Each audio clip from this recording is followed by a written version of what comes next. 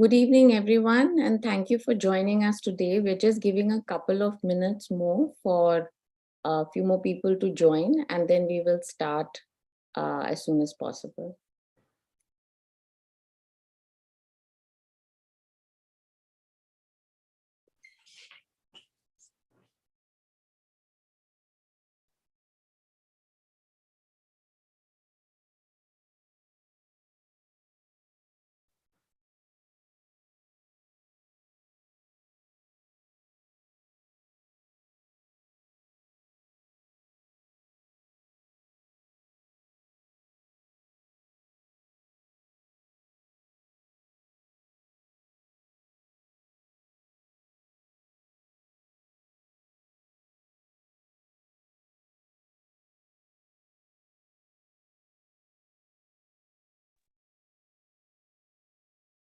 Okay, so let me start as more people keep streaming in. We also wanted to let you know that we are live streaming on YouTube. And so there we will be having some of the audience there. So good evening and thank you very much for joining us today. I'm Farzana Afridi, the moderator for this discussion today, along with Bhavya Gupta, who's a PhD scholar at Jawaharlal Nehru University. The discussion today is organized by the Digital Platform and Women's Economic Empowerment Program, which is funded by the Bill and the Melinda Gates Foundation to understand and enhance women's engagement with the digital economy in India. Under this program, we are undertaking multiple field interventions related to information and skills in this emerging sector, including the legal status and rights of platform workers. We are very privileged to have with us an extremely distinguished and diverse set of panelists to deliberate on the issues facing platform workers in India today. And I'll just introduce you very briefly to them. We have Apurva Kulkarni, who is the head of research and head of Center for Inclusive Mobility at the Ola Mobility Institute Foundation, with a very specific focus also that they have on making urban mobility ecosystem universally accessible. Dr. Bonali Bhandari is a professor at the National Council for Applied Economic Research, and her focus is on the impact of globalization on development. Very relevant for us is the fact that she has recently authored an important report on the delivery platforms in India. Nikhil Dey, many of us know very well, is the founding member of the Mazdoor Kisan Shakti Sangathan, MKSS, and the Suchna Rozgar Abhiyan for advancing rights-based legislations, including gig workers' social security law very recently.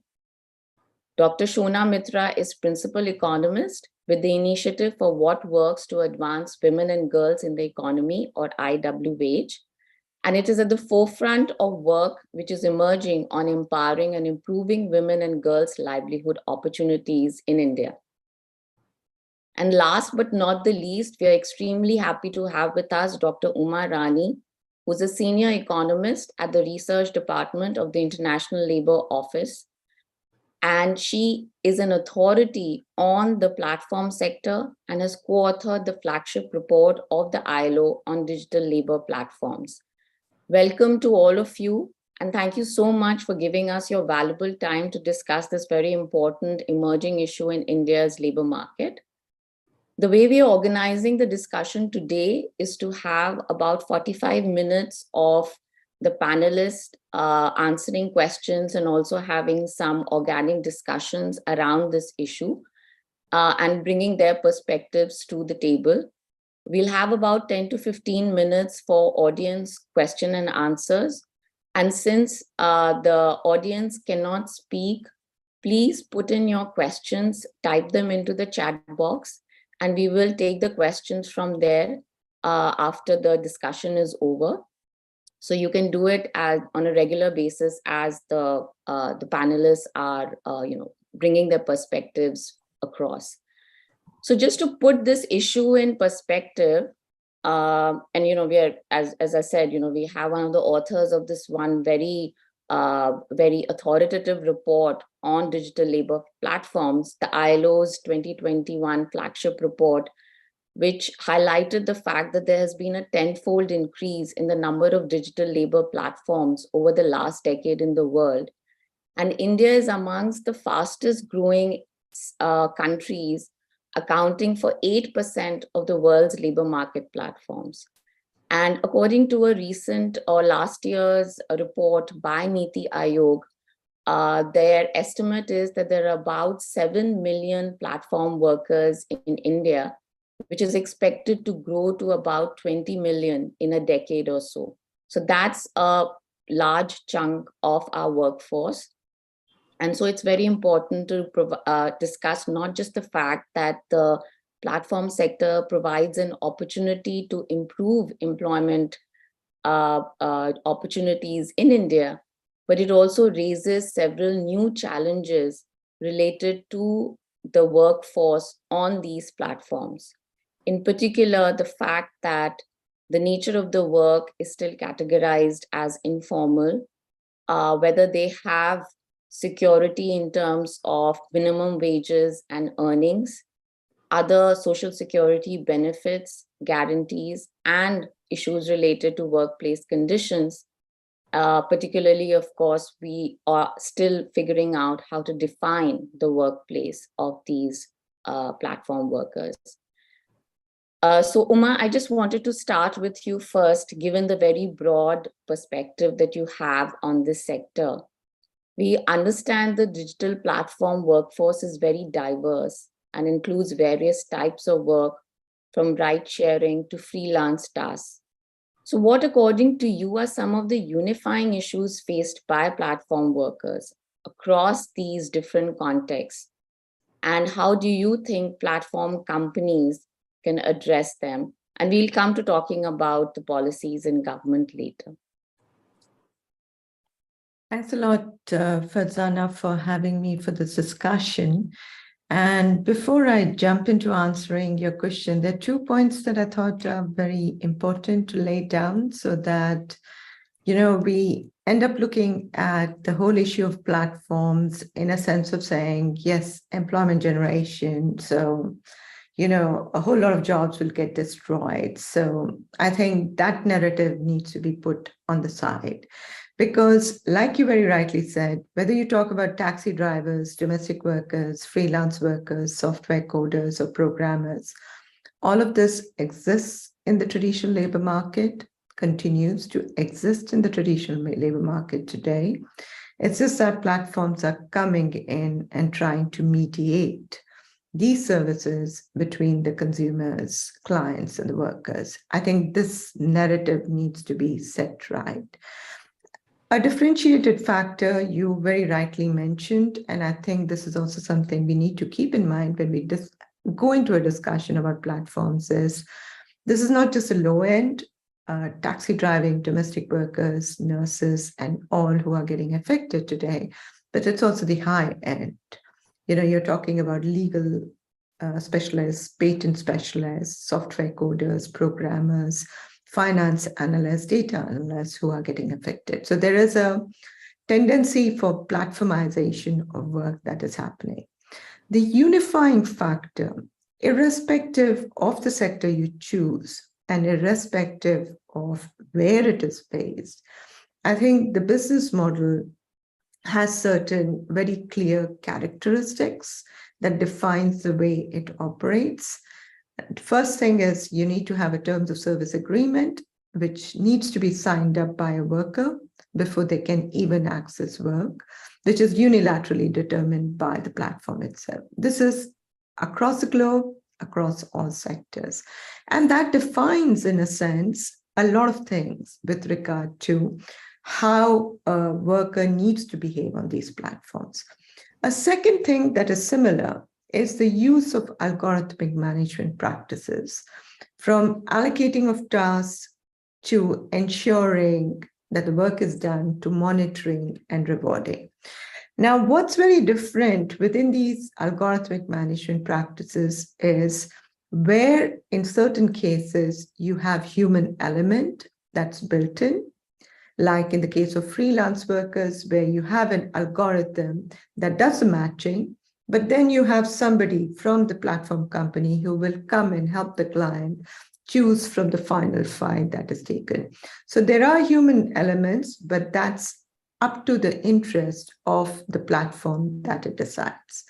Now, one of the things as a result of it that happens is that the entire mechanism, if there is a dispute or anything, there's no dispute resolution mechanism. In most of these platforms, there are some that they have it, but in most of them, you don't really have any of these mechanisms, and a worker can be deactivated easily without any rhyme or reason. Often, there's no way you can have an appeal.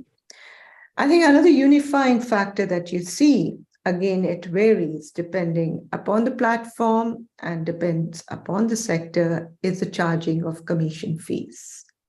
So most platforms actually charge a commission fee to the worker. The only thing it varies. Now, what's very interesting within the context of India, I have to say, is that there has been some experimentation that is happening where you have the Uberization of the platform model that's coming in. But at the same time, there are other alternative models that are coming in, like the marketplace or others, where there are slight changes to the business strategy, slight changes to the extent to which network effects are done, and that slightly improvises certain conditions, but overall, the business ethics remains the same. And I think last but least, which is very important from the ILO's point of view, is the classification of the worker as a self-employed or an independent contractor, because that in some sense sets a bar with regard to whether the worker is going to get any of the benefits, both labor protection and social protection.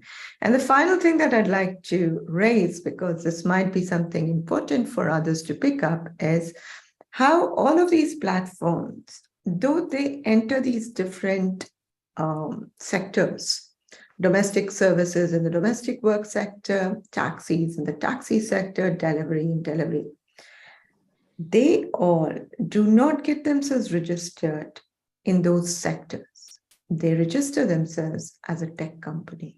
I think that's fundamentally problematic as we look into it. Let me stop here for the moment. Thank you.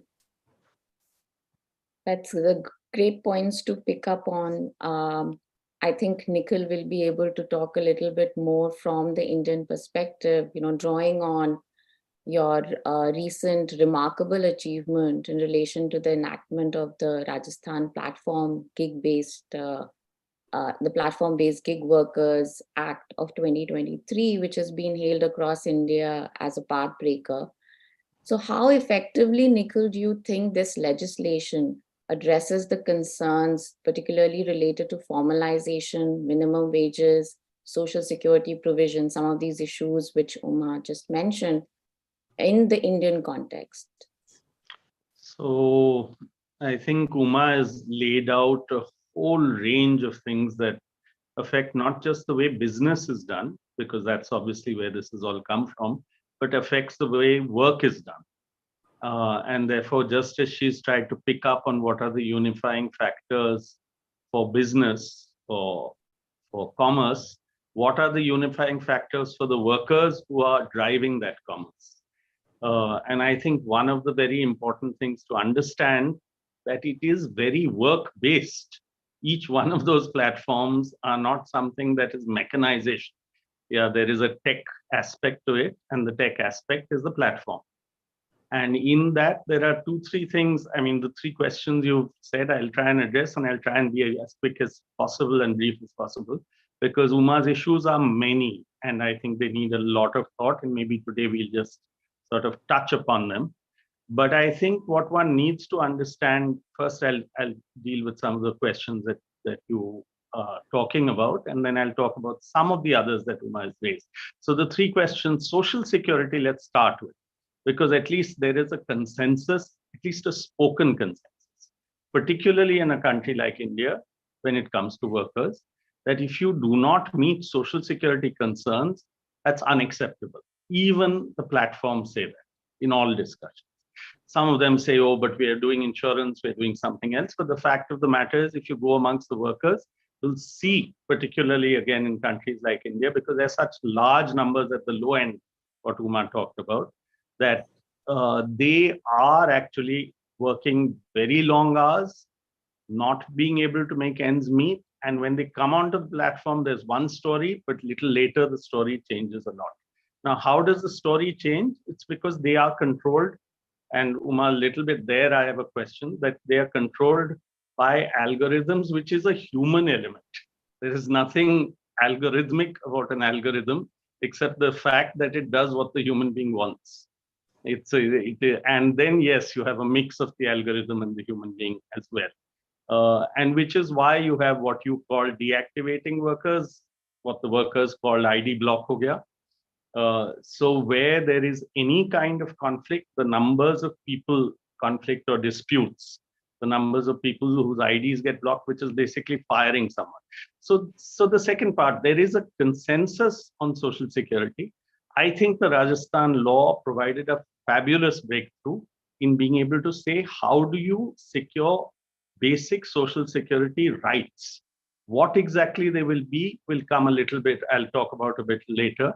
But otherwise, each platform will do its own bit while paying lip service to social security. But here's a law that can lay down basic minimum social security.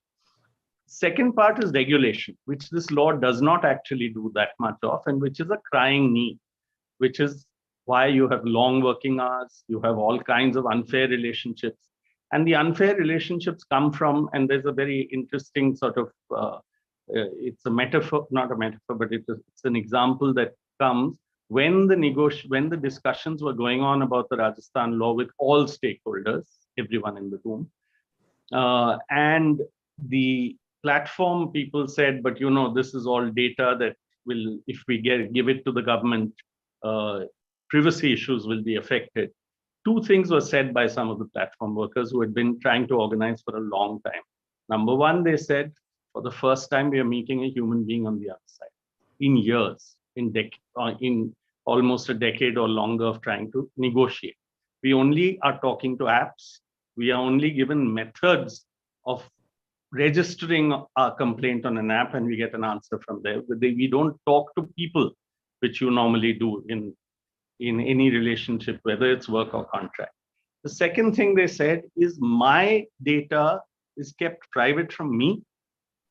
It's my data and I don't get access to it. It's my work, it's my hours, it's my petrol, it's my time. And through this, for the first time, because there will be a central transaction and monitoring system where the data will flow through the Social Security Board and the individuals can see it. The aggregated data can be seen in different ways, so privacy is not affected. It will give a very big opportunity for workers to be able to see what is their working relationship based on. So even though you can't regulate, at least you can see through this law, because this law restricts itself to Social Security benefits, but it gives an opportunity because of the law for workers to be able to see their own data. And the third point that I'll bring up, which Uma talked about, is that because there is one Social Security legal board, you have an opportunity for some kind of dispute resolution, grievance redress, whatever you may call it, because a board, like in other boards, has the capacity to be able to, it has representation from all sides, it's a tripartite board, but it has an opportunity to build a legal framework where the particular complaints of workers, they can go through, where there is an independent body that is going to look at it. For now, I'll just leave it at that. There are lots of details that one goes into, but the last thing I'd like to say a little bit is the formalization question. I think this is the greatest informalization of the workplace that has happened in recent times. And this is clutching at some kind of attempt, and it is a ray of hope, that at least if you can bring everyone onto one place, and turn the platform. The platform has been a great advantage to the employers or to the people who sign the, whatever you call them, the aggregators. They don't like to be called employers. To the aggregators, it changes it to the extent that it says that we are all workers of one kind. And all these unifying factors that Uma talks about, if you say that all of them can be unified in certain social security labor rights, then there is a way of bringing them towards being able to deal with their issues from their point of view. And the platform itself offers an opportunity for you to say, okay, I may not be an employee of you for a year. I may be, according to your definition, on a micro contract, but even that micro contract must have an element of social security. So with if I'm employed just from being taken from my house to the airport or to the railway station, within that is my social security right.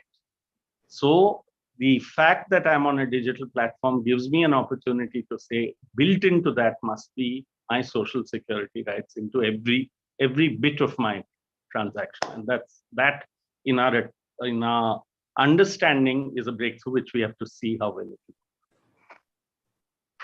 That's, I think what you touched upon, Nikhil, here, talking about both the informalization as well as the data issue. We'll come to that again later, where I absolutely agree with you. The issues related to data availability, at least in an aggregate sense, if it is available, it gives us a much better idea of what is happening in the sector.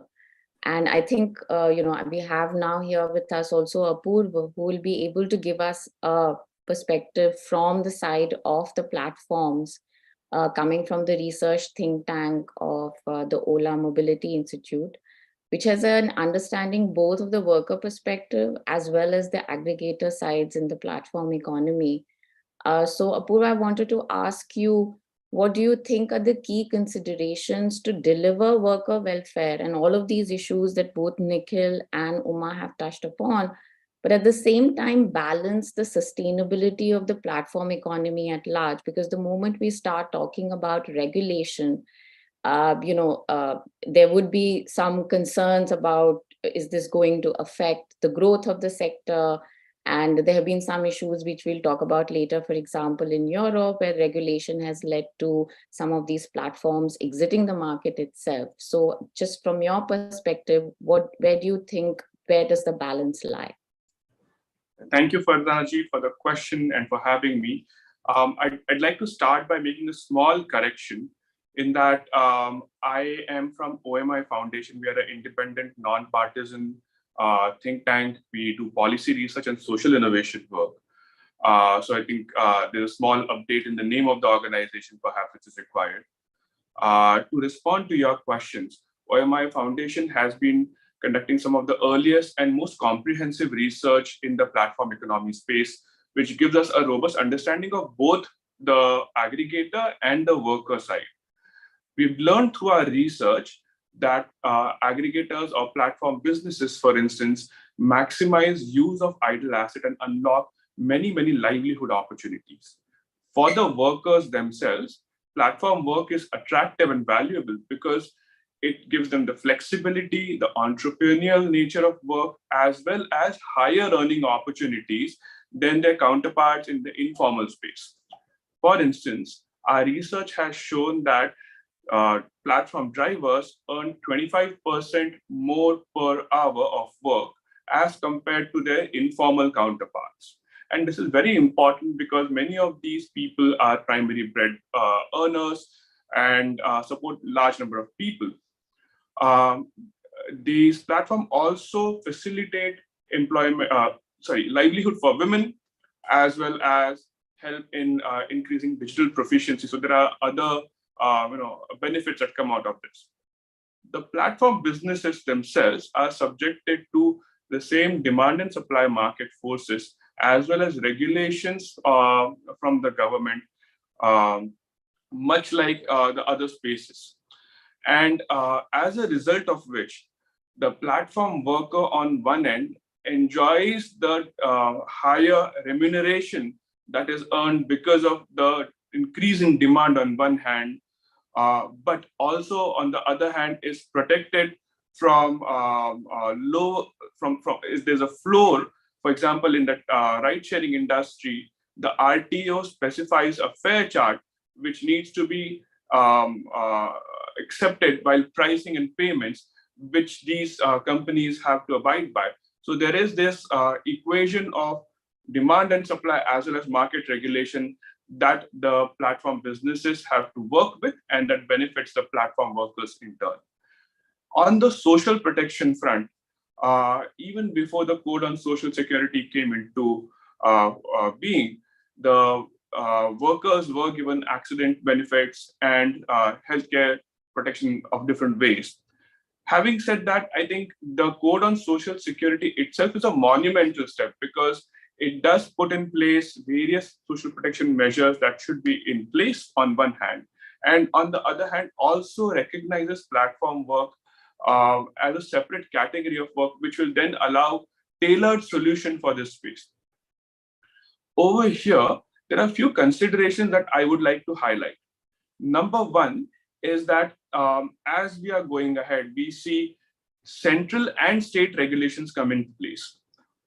At this point, it's important that these regulations work in harmony with each other so that effective worker protection is delivered on one hand, and on the other, the cost of job creation and the cost of innovation is not rising exponentially.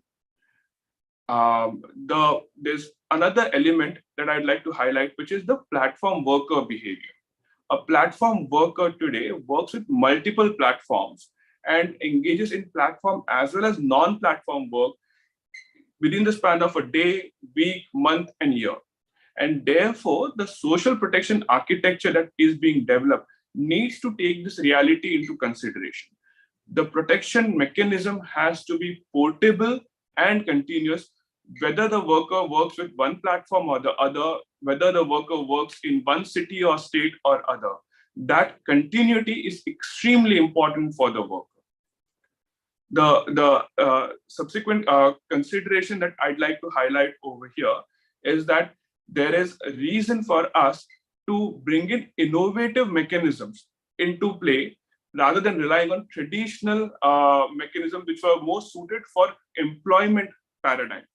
Over here, we need to tailor solutions innovatively, which fit and match the workers' earning, saving, and spending patterns. Mechanisms like micro insurance, micro savings, micro pension could find their place over here, which could benefit the worker, because these workers don't earn on a month, they don't get a monthly paycheck. They earn today when they work today. And therefore, there has to be flexibility built into the system so that the solutions work for these workers. And that's very important call out that I'd like to make.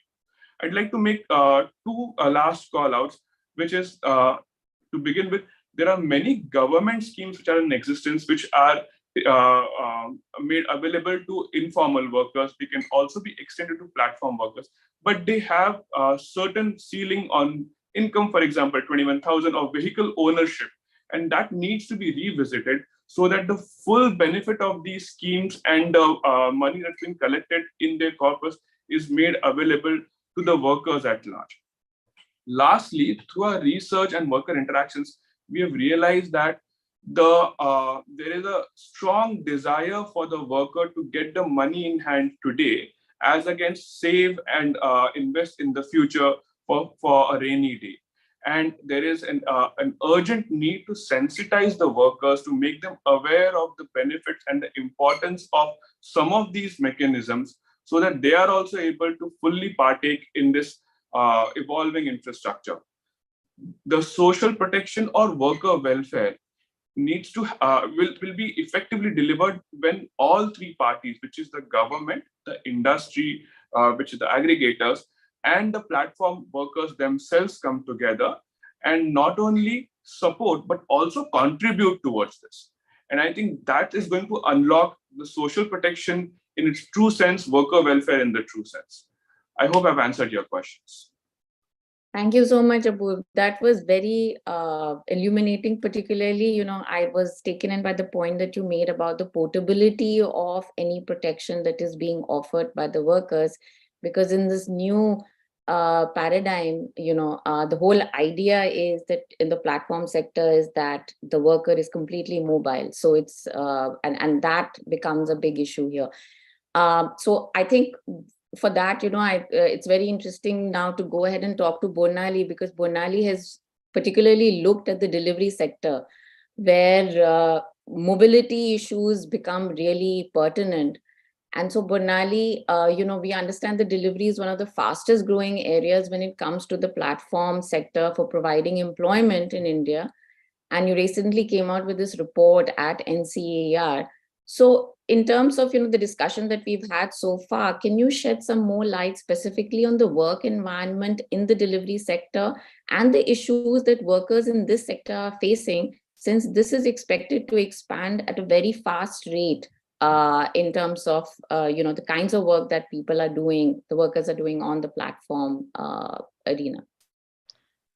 Thank you, Farzana, for inviting me here. I have to say a little biased because I heavily referenced Uma's work, the ILO 2001 paper, when I was writing up my report. And actually, I used because I had no other numbers to benchmark with whatever I was coming with. So I used the ILO report as a benchmark to see whether I was getting junk or I was getting any meaningful information. So the one number that matched, I was happy to say, is that independently we got that an average food delivery platform worker was earning about $1.1 an hour.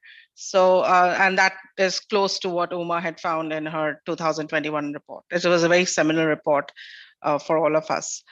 About the work conditions of food delivery platform workers, we surveyed workers across all types of cities, tier 1, tier 2, tier 3, 924 workers across 28 cities in India. When you first mentioned to me about working conditions, I was thinking that you were more asking us, because we asked them about the number of working hours. We asked them about the average income they were earning.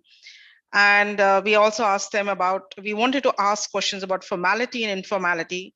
And we also wanted to ask questions about autonomy, because from the literature, from the international literature, like Uma has written, there's a lot of questions on flexibility and autonomy. So we sort of wanted to understand all this. And very broadly speaking, in answer to your first question, is that an average food delivery platform worker works about 69 hours in a week. My numbers are right. So they are working about 69 hours in a week, and their average monthly earnings is about rupees 20,000. This is gross income. What do I mean by gross income is that I'm not accounting for the money they are spending on fuel. When you account for that, I'm talking about 2022, the survey was done in 2022. Then when you account for fuel expenses, it comes down to rupees 13,000. So one of the things we need to be very careful about is that as we go ahead, we need to distinguish between gross income and net income. And we need to account for the fuel expenses. One of the criticisms that I received was that you don't account for the expenditure on maintaining your two-wheeler, because most of them are use two-wheelers in food delivery platform. In my particular survey, 99% were men. So we estimated that the average expenditure on two-wheelers was not very high.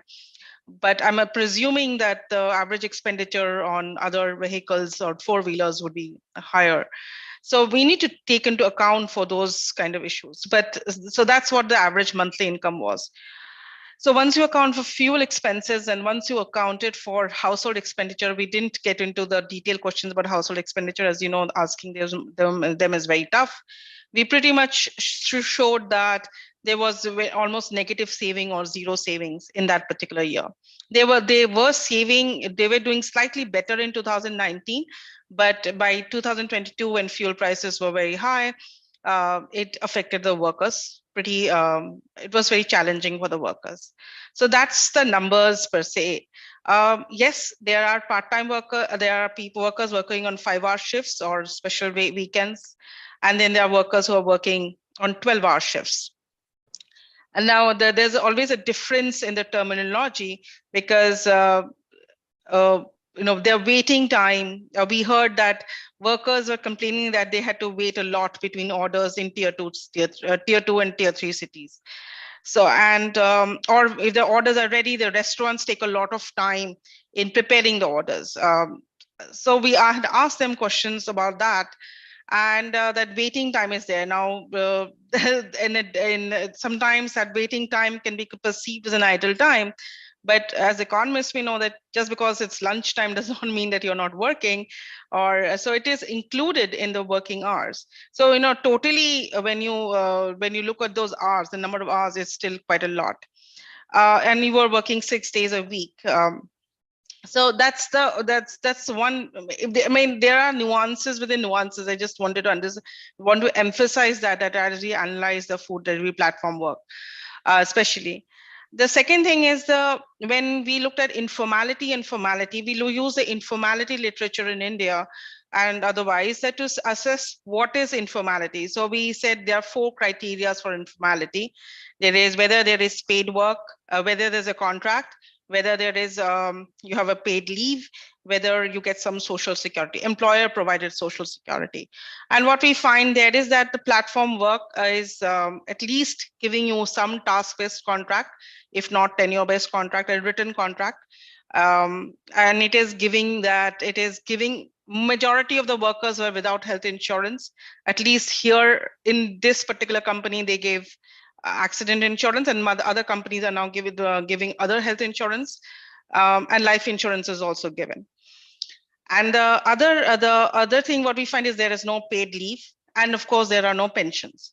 So from the formality informality, it moves the needle towards formality, as we assessed it, that yes, there are no paid leave and there are no pensions, but on the other hand, you get accident insurance and you get a written contract. So if there is a movement of the needle in the informality or formality continuum. The third question we asked them is about the flexibility. Now, the question of flexibility by itself is quite challenging because in the sense is that flexibility, how do you define flexibility? How do you define autonomy? There are 2 different things, even in the literature, even in the platform literature that we delved in. And we had to ask ourselves that. And so we asked our degree of questions of how much control they have over the work. This whole question of algorithmic control, how much control do they actually have over the work? So we actually asked them questions like, can you actually control can you increase your earnings if you're polite to your customers? Can you increase your earnings if you're more polite to you work harder or longer hours? So as if they have some control over their work. And what answers we find there on Likert scale, what we find is that yes, workers perceive that they can have some control over their work, but there are external conditions at play like traffic and otherwise which restrict their earnings. So we use a Michaud-Picot framework, and I'm sorry if I'm getting the pronunciation wrong. So we use that to actually develop a matrix where we were actually looking at is comparing their work conditions, the work life, and that matrix determines at what continuum you are between the autonomy and non-autonomy space. When we particularly looked at work conditions, we are the kind of the 3 parameters is whether you are actually able to develop skills in the space, whether you actually have a steady income flow, and what are your time and space arrangements.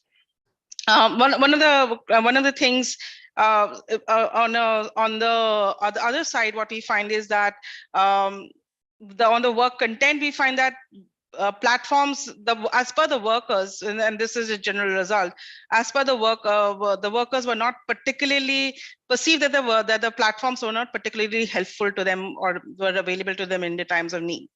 But the one thing we do find is that workers were actually able to upskill or reskill themselves. That's a consistent result that we find. So from that perspective, it's work conditions are slightly better. Income flow, we have found that the average income is about rupees 20,000. And the time and space arrangements, it's we ask them how flexible are your work hours, how easily can you change your work hours, can you easily tell? So then we find that it's like it's not that easy to change your it's somewhere in the middle that you can change your work hours if you want to change your shifts or you want to change your zone, because within a platform every city is divided into a zone. At least the tier 1 cities are divided into zones, and if they want to change zones, is that easy or not? So those and we find that there are they fall somewhere in the middle. So in the end, I mean, in the summary, if given Uma's this thing, I agree with all her points, because platform, whether we like it or dislike it, the point is that the platform work is creating jobs. We want to be careful about over-regulating it, because given that if we over-regulate it, we run the risk of this place not being able to, we run the risk of not being, it becomes a lesser of an avenue to create jobs. So that's one thing. It does, whether it's our perception, whether you think it moves the needle on formality or not, but it does create, between not having any insurance and between having an accident insurance, there is at least some, I'm not saying all, but there's some partial coverage. We of course need to do more. And it is providing jobs for the educated employment. One of the particularly Indian things that I found was very interesting was that it is, instead of waiting, these are the very educated youth that we are talking about. Most of them had a class 10 degree and above, and about a third were graduates working. Of course, we had surveyed when we were coming out of the pandemic. That time unemployment may have been higher. But the point is, your job providing jobs to educated youth. And we know that ethnographic studies that workers are the youth is, there's a lot, educated unemployment is very high in India. And instead of there's a famous book by Craig Jeffrey that you're producing and doing nothing. Instead, you at least you have productive employment. That I mean, and that's something we need to think about as we go forward. Thank you so much, Bornali. I think the point that you made about taking into account what their earnings are, because there are costs that workers also bear on the platform. And so in the interest of time, we'll have to move ahead. And, Shona, I'm waiting to speak with you because you're going to bring in the perspective that is really relevant also for the project that we are looking at over here, which is looking at the women's perspective and women's participation on the platform sector. So it would be great to hear your thoughts on what you think are the unique challenges that were faced by women in accessing the digital platform itself, and also as they work on the platforms relative to men. Thank you, Farzana, and excellent to hear all the speakers.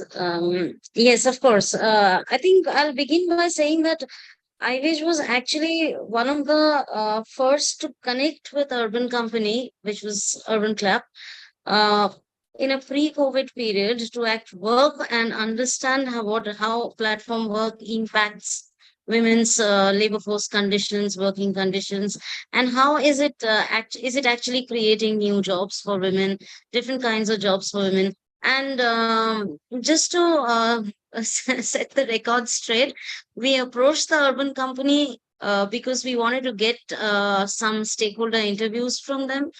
And then they actually also provided us with list of their employees, and we could actually reach out to the women workers, around 120 women workers and around 40 men. And around that time, that was fairly representative of sample for the company.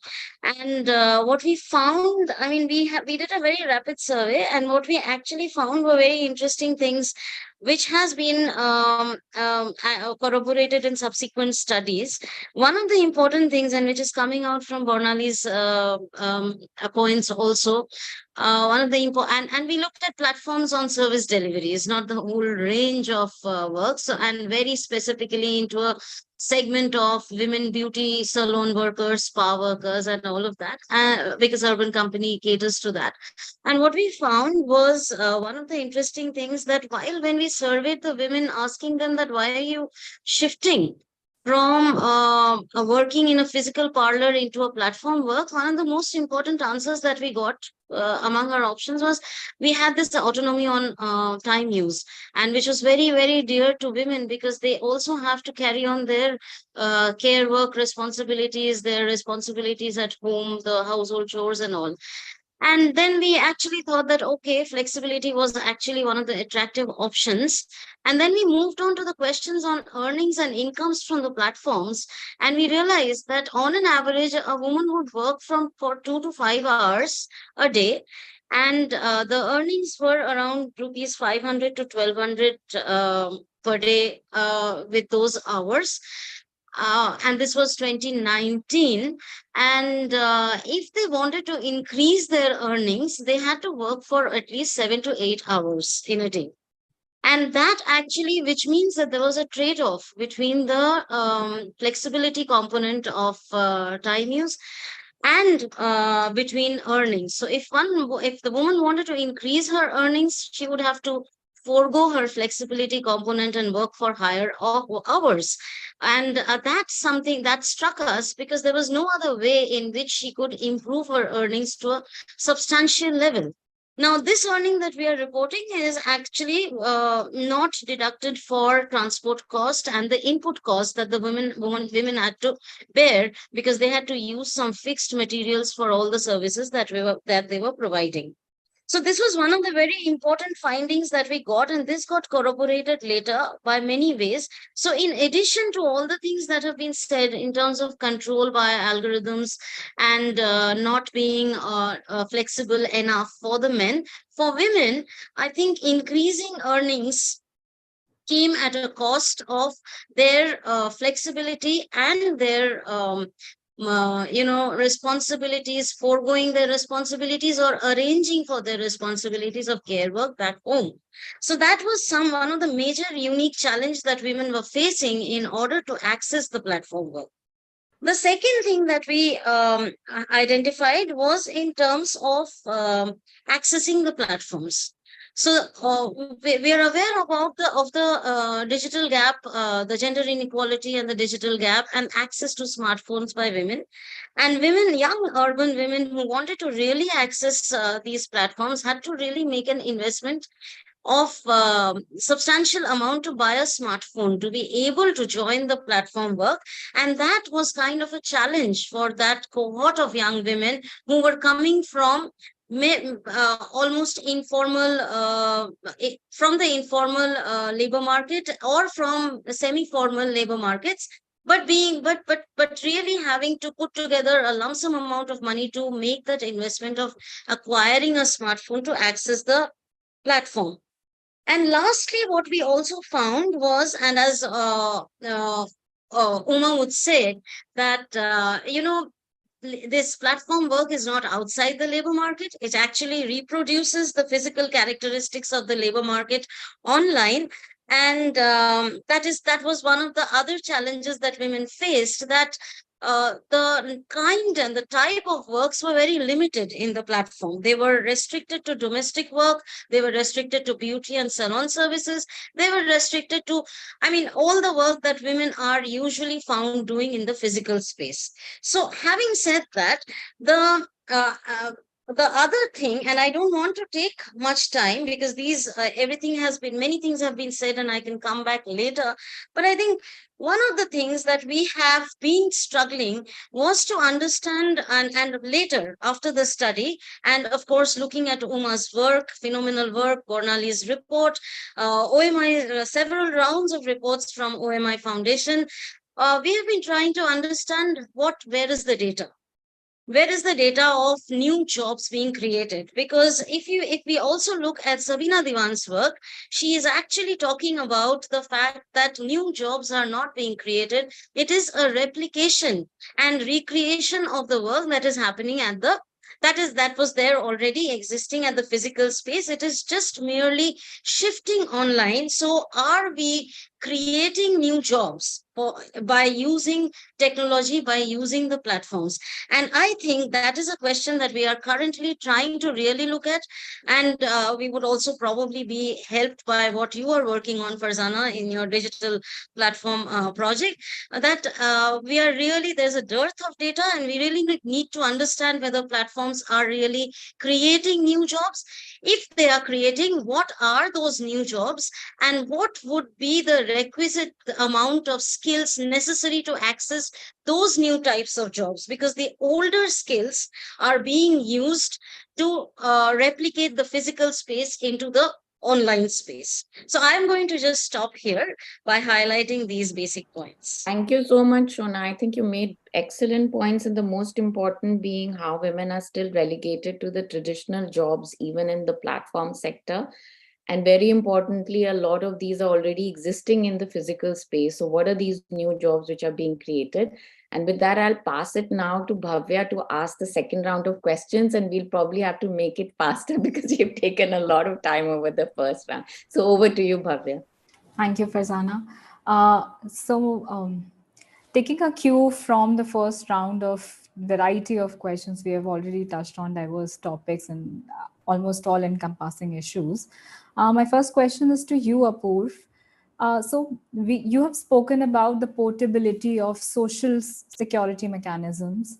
Now, how do we see that given this mobility of work, and when I say mobility of work, I'm thinking about more of jobs like ride sharing or delivery services, what measures can be taken to ensure safe and accessible mobility for these platform workers? Thank you, Bhavya. Before we get into the response, let's try and understand what are different categories of platforms. So you broadly have two categories, which is web-based platforms and location-based platforms. Web-based platforms, an example could be wherein you consult a doctor through telecalling. A location-based platform is wherein you get your medicines delivered to your home or office or wherever you are currently. And for the latter category, the mobility infrastructure plays a huge role, right? Over here, platform companies and aggregators have always been cognizant of the role mobility plays, and therefore they have been providing different benefits from time to time, which can take shape of resting points or amenities such as washroom through partnerships or even roadside assistance. However, what we need to recognize over here is that these mobility elements are really a matter of urban governance and urban development. And we need to keep this in mind as we make this infrastructure more robust. So here are a few interventions that I think are extremely important when we think about mobility for platform workers. Number one is that as the nature of mobility evolves, wherein platform workers are substituting for use of personal vehicles, and they do a lot of to and fro ferrying of goods and people, these usage patterns have to be considered when you develop comprehensive mobility plans for a city. And you need to account for these movement of goods and places. Number two is that when we think about urban infrastructure, we also need to talk about mobility infrastructure. Rather, we need to talk about what kind of vehicles are being used. So very often these workers use inexpensive vehicles, which may also be older, and therefore the technology might be outdated. For us to make the transition more just, more sustainable, there is a need for having cleaner and electric vehicles to their disposal or made available to them, which means that vehicles which match their usage patterns are made available in the market on one hand. The workers are sensitized and made aware about the cost economics of these vehicles. And effective financing and leasing solutions are made available for these workers so that they can actually make use of these vehicles and reduce their carbon footprints on an overall basis. I want to then move on to the infrastructural element, which involves use of washrooms, public washrooms, and the security and mobility infrastructure at large. Right. We know, sorry, say again, please. Yeah, right. No, I was just nodding. Over here, we know how workers on the move have various needs, including access to clean washrooms, clean water, resting points. And really, these are infrastructure that needs to be put in by the civic authorities themselves. Right. So, Apurv, your main point then is that it lies squarely on the governance by the state, and these measures that you've just listed needs to be put in place by the state. By the governance, yes. Governance. At the same time, I think there is opportunity for industry to participate over here as well. And right. I realize you're running short of time, so I'll just make a small intervention, which is that just the way we have various elements that are available for CSR funding under the Companies Act, urban development could be one of them, wherein the urban infrastructure could be bolstered further. And I'll yield back the speech. Thank you. Right. Thank you so much, Apurv. So taking a cue from what Apurv said about the governance model and what needs to be done at the not at the aggregator or worker level, but beyond that. My next question is to Uma now. What do you think are then the key takeaways for India in terms of balancing both this creation of work opportunities as well as the rights of workers in this sector? Okay, thank you so much, Bhavya, for this. And having listened to a number of other panelists, I think what I hear on one hand is, let's not over-regulate, we lose a lot of jobs. And then I have Shona on the other hand, almost showing my line saying, where are the new jobs? Can we really talk about where the new jobs are? And I think I'd like to echo that a bit and further the argument saying, do we all agree that the taxi drivers who were there in the traditional taxi driving are the ones who are today with Uber and Ola? Yes. Shona was talking about beauty parlor workers now opting to work on the platform. So tell me, by the end of the day, when you look at just these two sectors as examples, what do you see? You see a shift from the traditional way of doing the work. You still do it in the same way. It's just that you're adding another burden on you. That's a platform. Because earlier, you didn't have to pay that commission fee. Now you have to pay that because they say, oh, technology will help you get jobs. So for me, this is an opportune movement for India to use regulations to actually go about protecting workers in the informal economy. Because what the platforms are doing is further precarizing the already informal workers. Can we use this as an opportunity to say, enough is enough. We don't need now tech companies coming and exploiting these workers. What we need to do, tech companies can be there, platforms can be there, but they have to ensure using technology to provide protection to workers. Just providing a little bit of accident insurance doesn't solve the problem. I think what you need is having proper pay for the work you do, having all kinds of benefits, paid leave and other labor protection benefits and social security benefits.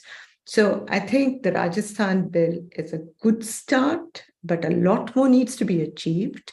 And I think we need to ensure that these workers are treated well as we move in a technological realm. Thank you so much. Thank you, Uma. I think that's a brilliant point that you made in both the rounds. If I could just summarize that point is that we need to leverage technology in seeing that how it unifies this whole very scattered, erstwhile very scattered informal sector, in terms that now there are tech companies involved, which in proper sense would be employers, or there would be organization in the organized sector. But now that they're calling them as workers or partners, cannot absolve them entirely of their burden that they otherwise would have in the organized sector. So then this can help us organize this informal sector instead of critiquing how this is, or building on this narrative that this is new kind of work, which is not. So now taking a cue from this, Nikhil, are you there? I am, Okay. yeah. Just couldn't see you. So Nikhil, what then you think are the most important recommendation to promote formal job creations in this evolving digital platform economy in your experience? So I think one thing is very clear to workers, that this is actually further precarize them, this mediation of the platform. The work, I won't even get into whether there's a job creation or not. That's less of an issue. This is a kind of commerce that exists because it benefits those who are doing that mediation. People are coming because they're looking for jobs. In the looking for jobs, they have some basic rights which must be met. I'll go to the first set of questions again. They are social security rights, their basic wage and work rights, and they are rights that can only be based on greater formalization rather than more informalization, which this platform's economy so far enables. And it enables even for the formal work sector, it's informalizing even those at the high end. What the Rajasthan example has taught us, and I don't have much more expertise than that, is that it's come from people deeply distressed. They have demanded what is minimal possible because they're in a very unfair place in collective bargaining. They have managed to find a set of things that nobody can argue against, that they must have social security rights, number one. When we talk about minimum wages, it's not a question of whether this particular business will go out of business or not. There are long-standing legal frameworks that if you don't get the minimum, that industry has no business to be there. So that basic minimum we have to determine. We are unable to determine it in this particular. We don't know the working hours. We don't know anything about it. So the second thing that Rajasthan has done is that it has opened up, the law has opened up the data to at least the workers themselves, which was totally lost because of this platform. And through the workers themselves, to researchers, to unions, to others, so that the aggregated data at least can be used to see what exactly is going on in the sector and how it's going and how it's managed in different places. And the third is where I see that there is a great opportunity, actually. So far, the platforms have been used against the workers, and this requires a greater discussion. But there is no question that there is an unequal relationship because of the way data is used. Workers are at the mercy of whatever. You may have a benevolent aggregator, you may not, but you are at the mercy of whatever the aggregator does. For the first time, because the data is coming in and there is a transaction-based levy. So even the first question that Apoorv talked about, mobility, social security must be there across platforms. This particular law says that for every transaction, you will get your social security. Nikhil. Right, yeah, I won't go further. So I think that is a very important third point, that it offers an opportunity even for the informal worker, that tomorrow, if you get domestic workers onto a platform and give them these rights, maybe we can start giving them formal rights. Absolutely. Thank you, Nikhil. I'm so sorry to cut you short because we are running late on time. We don't want to lose out on the question and answer sessions because the participants are really looking forward to, getting their queries addressed. So I'll just ask you to very quickly, crisply, very briefly, just make one closing remark each. And I'm afraid I will not be able to give you more than 30 seconds to 1 minute each speaker. So can we start with Shona? Yes, thanks. I actually got a question here. Do you think the extent of spillover effect of gender division of labor on Shona, we will ask you the We will question. take questions. traditional Shona, work? Shona, sorry to button. We'll ask you the questions after your closing remarks. Okay. Whatever questions we have for Oh, whichever. right. Okay. Thanks for that clarification. So, as a closing remark, I think there is a lot to be done in terms of taking this opportunity of expanding platforms by the governments. What we are trying to do is we are trying to bring these aggregator companies together with the governments to actually work for their welfare. That's just the way that the Rajasthan government has done it. There are talks going on in many of the state governments to actually, legislate similar rules, and I don't think we are nowhere in regulation. So I'm echoing what Uma said, that over regulation is not the question. I think we should talk about regulation right now, and which is where we can actually address all the concerns of grievance redressal, earning mechanisms, protecting the workers' social security, and all of that. I'm going to stop here.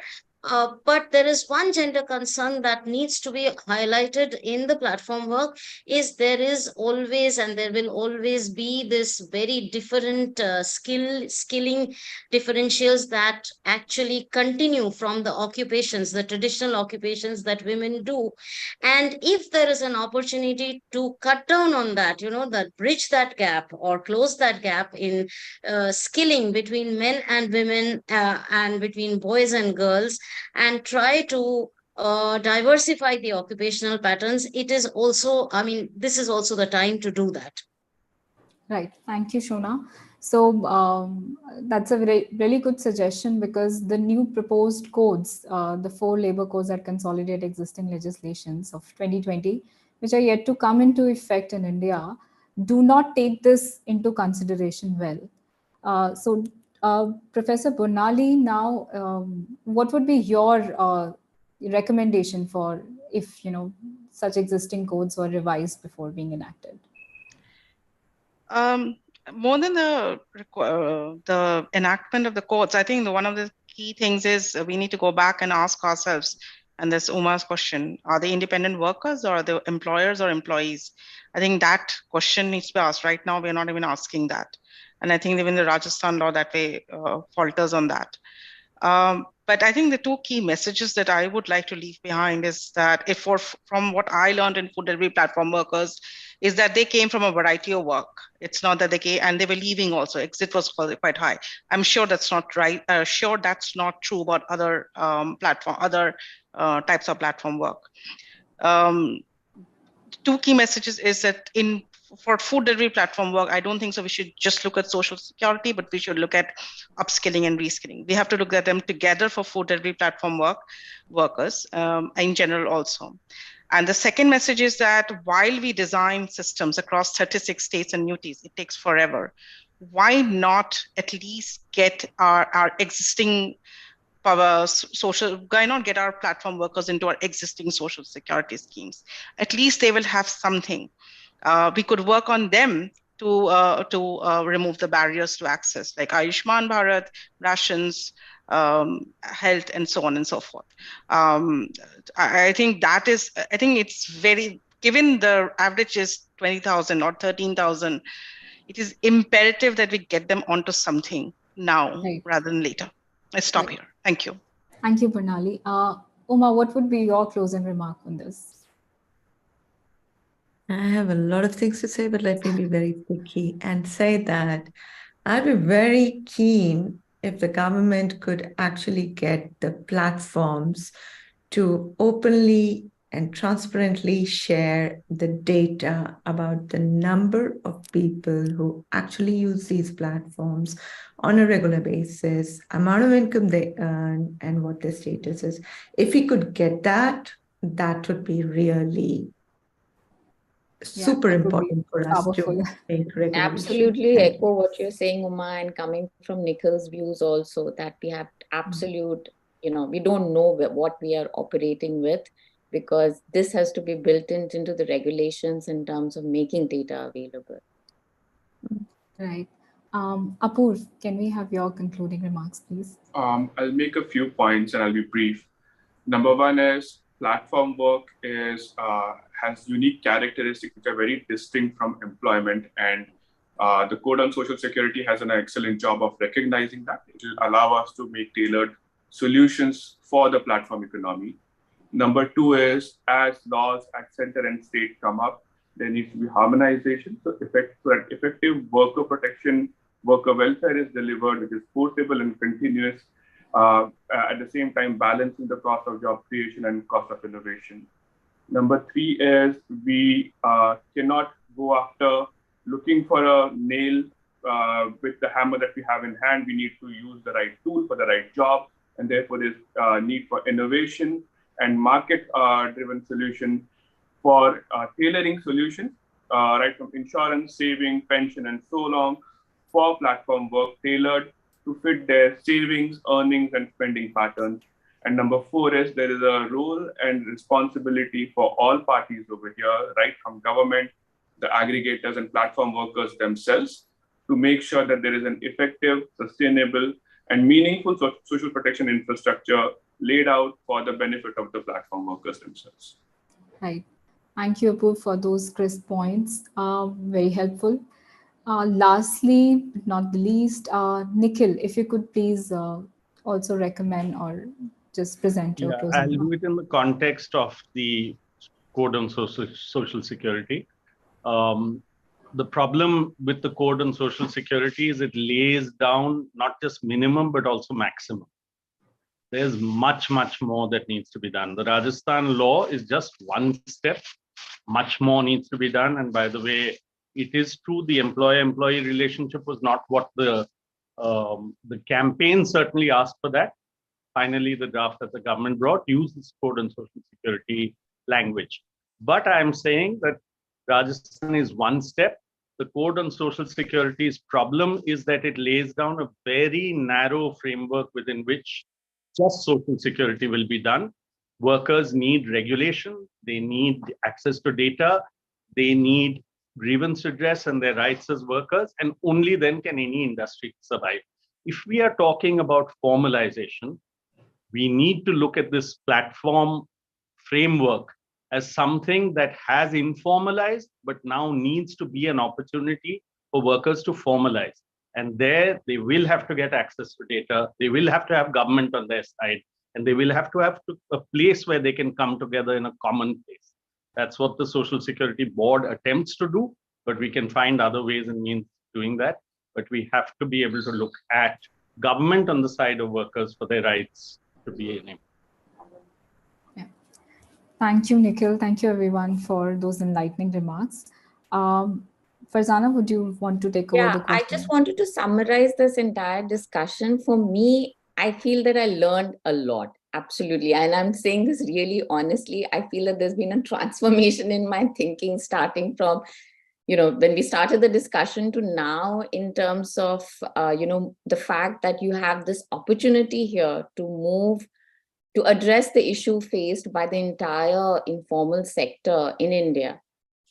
In terms of bringing in regulation and formalizing work in this new emerging sector, I think we have a couple of questions which are directed at Shona in terms of the gender aspect. So Shona, quickly, just your thoughts on this. One is, do you think that there is a gender wage gap that exists on the platform sector? I know you talked about, the different kinds of work that men and women are doing even on the platform sector. That's the number one.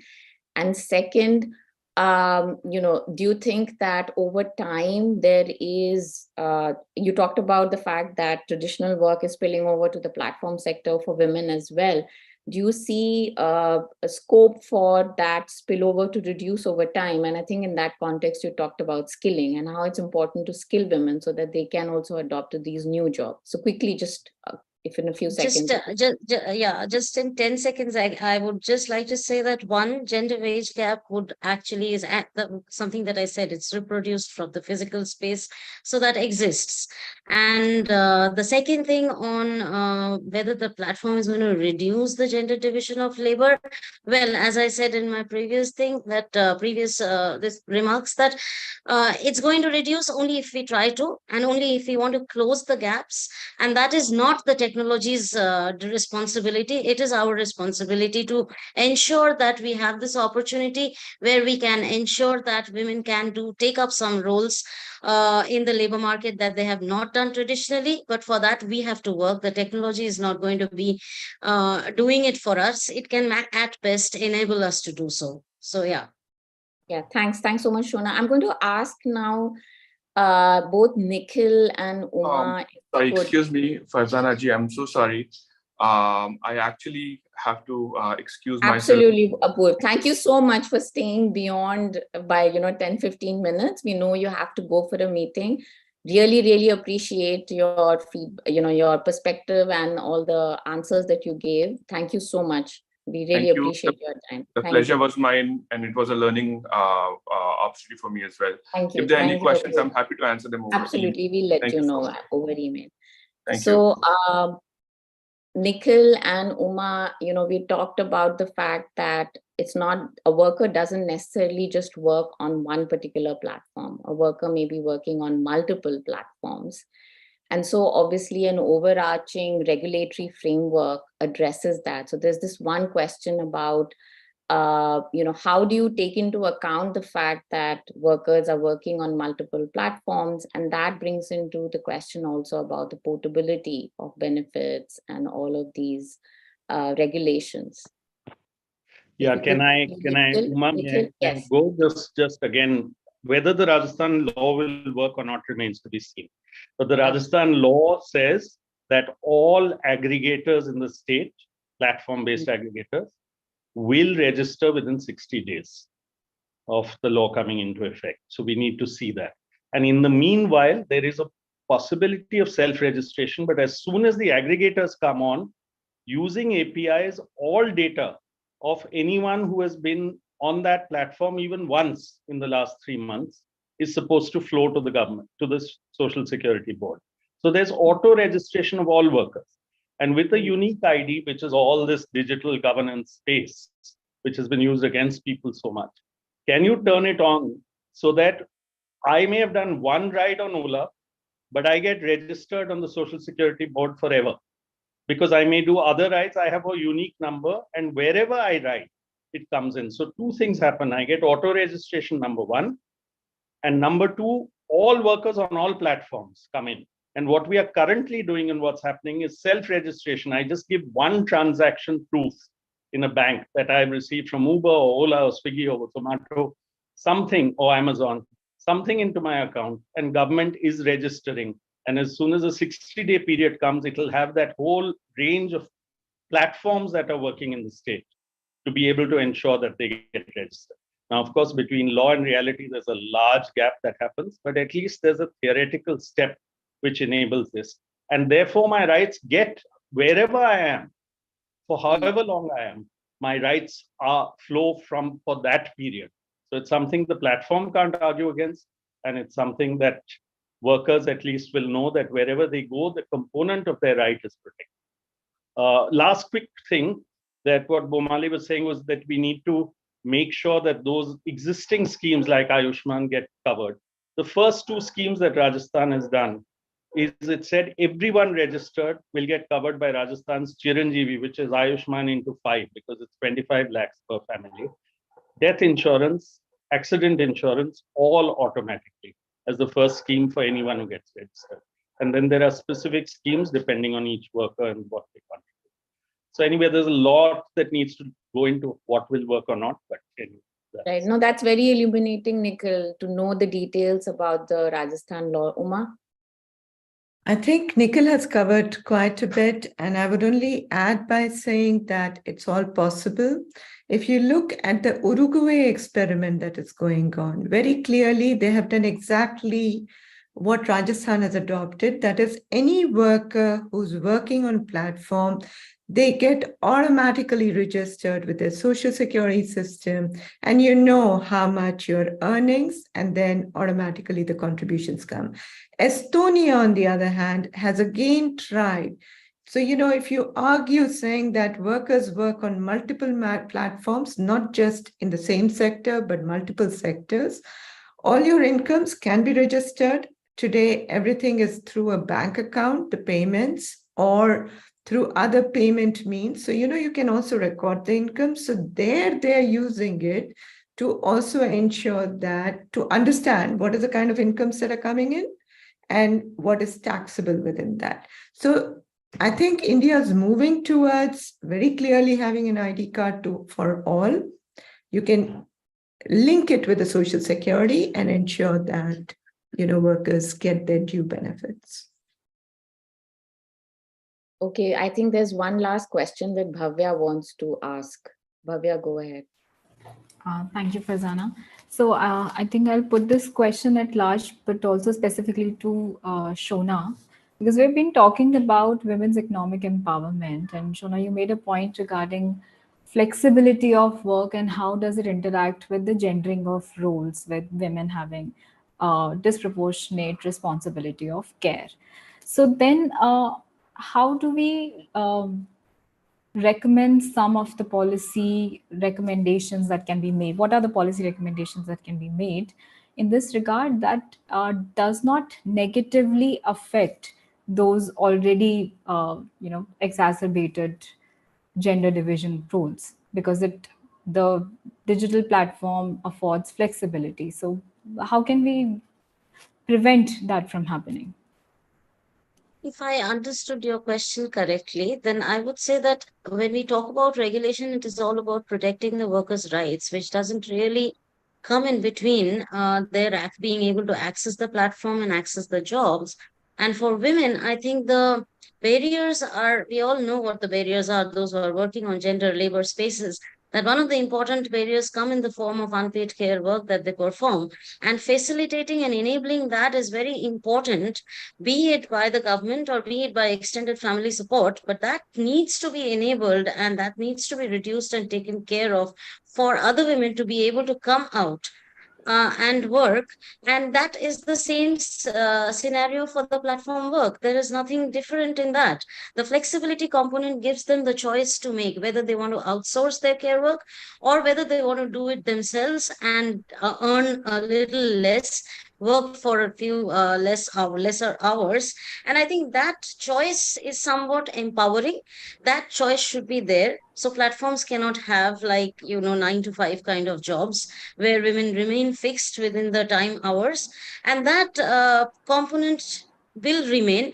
But I think if one needs to, and the previous question on reducing wage gaps, overall wage gaps, if women want to increase their earnings, they have to be facilitated at their other part of the work, other role in the social reproduction sphere. And I think that's non-negotiable. So even when there is regulation, it doesn't really should not come in between. That shouldn't really create a problem for women, rather than the burden of unpaid work, the time spent on unpaid work that they do, which really comes in the way of their giving time to productive activities, and in this case, engaging with the platform to earn more money. Thank you. Thank you so much, Shona. I just want to make sure that we are able to thank everyone, because this is going to end in 5 minutes. But just before I end, I wanted to let all the panelists know that this recorded session is going to be put up on Ideas for India, which is a blog supported by the International Growth Center, in a week or so. And we will share the link with you so that, this entire discussion has a bigger audience. I just want to thank Nikhil, Uma, Bornali, Shona, and Apurva, who's left, for a very illuminating, very stimulating discussion that we've had over here. Thank you so much, Bhavya, also for your questions, and for, Bhavya has been leading the review of the legal frameworks that we have in India on the project. So I think all of this, I have learned a lot from it. And hopefully we can have this discussion again at some point, and we would have made some progress in India on this issue. Thank you so much. Thank you so much for your time. Very much appreciated. Thank you. Thank You're you. welcome. Thank you to everyone. I'm sorry about my Thank you. video. Bye bye. Bye.